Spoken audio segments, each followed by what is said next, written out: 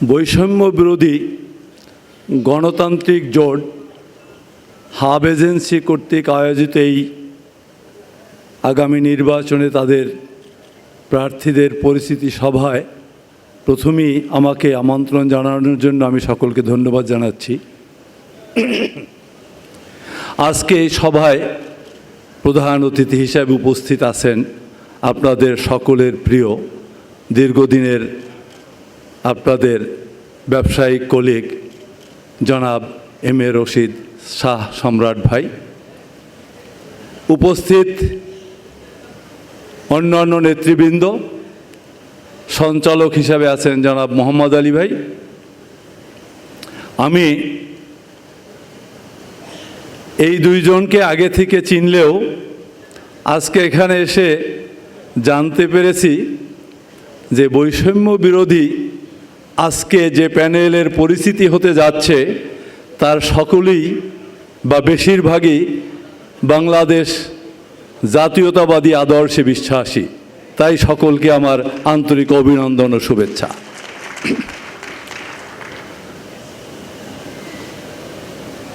এতক্ষণ আপনাদের ব্যবসায়িক অনেক বক্তব্য শুনেছি। আসলে হজ এমন একটা জিনিস যে মানুষ জন্মের পরে যখন তার আর্থিক সচ্ছলতা আসে তখন আমাদের কাবাঘর দেখা এবং তা তাওয়াফ করার একটা মানসিকতা তৈরি হয়। একই সাথে আপনারা সেই সেবা দিয়ে যাচ্ছেন, কিন্তু এটা দুর্ভাগ্যজনক গত 17টি বছর যে সরকারটি ছিল তার রাজনৈতিক দল বাংলাদেশ আওয়ামী লীগের একটি সংগঠন, যুব সংগঠন, তার একজন প্রেসিডিয়াম সদস্য সভাপতি ছিলেন। স্বভাবতই ধরে নেওয়া যায় যে সরকারটির বৈষম্য বিরোধী আন্দোলনের মধ্য দিয়ে পতন হয়েছে, সরকার প্রধান সহ বায়তুল মোকাররমের খতিব সহ আমাদের গ্রামে গঞ্জের পাতি নেতাদের আত্মগোপনে যেতে হয়েছে, তার থেকেই বোঝা যায় গত সরকারটি কত জনবিরোধী ছিল। আমরা যদি দেখি একটি দেশের প্রধানমন্ত্রী বিদেশে গিয়ে তিনি যদি বাংলাদেশের টাকা পাচার করেন, আমরা রূপপুর পারমাণবিক বিদ্যুৎ কেন্দ্রের কথা বলছি, যে বিদ্যুৎ কেন্দ্র হয়েছে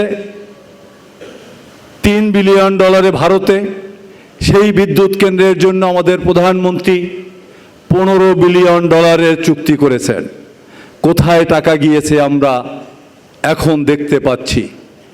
বিশ্বের কাছে আমাদের মাথা অবনত হয়ে যায় যখন দেখি বিশ্বের গণতান্ত্রিক দেশ, গণতন্ত্রের আইডল যাকে বলা হয়, সেই ইংল্যান্ডের পার্লামেন্ট থেকে যখন মন্ত্রণালয় থেকে এই প্রধানমন্ত্রীর পরিবারের একজন সদস্যকে পদত্যাগ করতে বাধ্য হয়।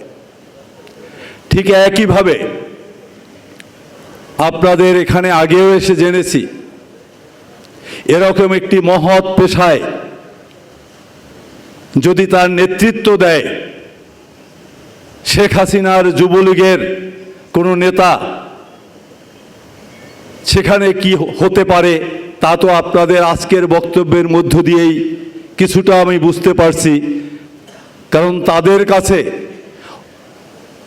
গত 17 বছরের কত অবৈধ টাকা তৈরি হয়েছে যে আজকে তারা প্যানেল পরিস্থিতি দিচ্ছেন ইন্টারকন্টিনেন্টাল এবং সোনারগাঁ হোটেলে।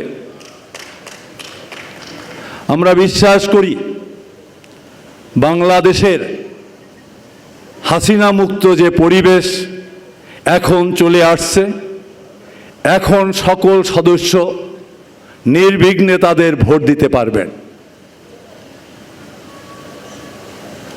এর সাথে সাথে আমরা বলবো আমাদের গোলাম মোহাম্মদ ভাইয়ের কিছু দাবি ব্যক্তিগতভাবে আগামী দিনে বিএনপি রাষ্ট্র গঠনের দায়িত্ব পেতে পারে এরকম সম্ভাবনার মধ্য দিয়েই উনি বিএনপির আমি একজন সদস্য হিসাবে আমার কাছে যে দাবি করেছেন, আমি বলবো বিএনপি যদি আগামী দিনের রাষ্ট্র ক্ষমতায় আসে, রাষ্ট্রীয় দায়িত্বে আসে, আপনারা যারা এরকম একটি মহৎ পেশায় আছেন, বাংলাদেশের প্রেক্ষাপটে আপনাদের কি কোঠা হওয়া উচিত তা রাষ্ট্রীয় সর্বোচ্চ পর্যায়ে আমরা তুলে ধরব ইনশাআল্লাহ। তার সাথে সাথে আপনাদের কাছে অনুরোধ থাকবে যাতে করে ওই যুবলীগের প্রেসিডিয়াম সদস্যের মতো কারো মানসিকতা না হয়। অবশ্যই আপনারা ব্যবসা করবেন, না হয় আপনারা চলবেন কিভাবে, কিন্তু তার অর্থ এই নয় যা আমরা শুনেছিলাম আপনারা দ্বিগুণ ভাড়া নেবেন, অথচ আপনারা চিন্তা করবেন সবচেয়ে কষ্টকর কোন ফ্লাইট, সেই ফ্লাইটে আপনারা সার্ভিস দিয়েছেন, হজ যাত্রীদের নিয়েছেন, সৌদি আরবে কষ্ট দিয়েছেন। এগুলো শুনলে আসলে আমাদেরও কষ্ট লাগে, কারণ আপনারা জানেন শহীদ রাষ্ট্রপতি জিয়াউর রহমান ধর্মীয় মূল্যবোধ এবং বাংলাদেশি জাতীয়তাবাদে উদ্বুদ্ধ হয়েই বাংলাদেশের জাতীয়তাবাদী দল প্রতিষ্ঠা করেছিলেন।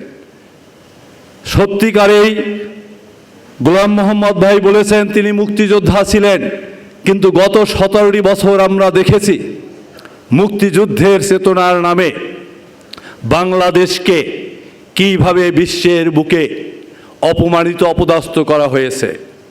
একজন মুক্তিযোদ্ধার সন্তান হিসাবে আজও আমার বুকে রক্তক্ষরণ হয় যখন দেখি শেখ হাসিনা বাংলাদেশের ভিতর দিয়ে ভারতকে একটি করিডোর দেয়। নিশ্চয়ই এইটা মুক্তিযুদ্ধের চেতনা হতে পারে না, এইটা মুক্তিযুদ্ধের চেতনা ছিল না। যারা বাংলাদেশের ভিতর থেকে অন্য একটি দেশের করিডোর দিতে পারে তারা কোথাও মানুষের কল্যাণে কাজ করতে পারে না। তাই বলবো আপনাদের প্যানেল পরিস্থিতি অনেক রয়েছে, মুক্তিযুদ্ধের চেতনাধারী সেই সরকার আজ বাংলাদেশে নাই। সত্যিকারে মুক্তিযোদ্ধারা আগামী দিনে বাংলাদেশের নেতৃত্ব দিবে। এবং আমরা এর সাথে এও বলতে চাই, বাংলাদেশে জাতীয়তাবাদী আদর্শে যারা বিশ্বাস করেন এবং এই ব্যবসায় যারা নিয়োজিত আছেন, তারা আর কেউ কোনো দুর্নীতিবাজের পক্ষে অবস্থান না নিয়ে অবশ্যই এম এ রশিদ শাহ সম্রাট ভাইয়ের এই প্যানেলকে পূর্ণ প্যানেলে বিজয়ী করার জন্য অবস্থান রাখবেন।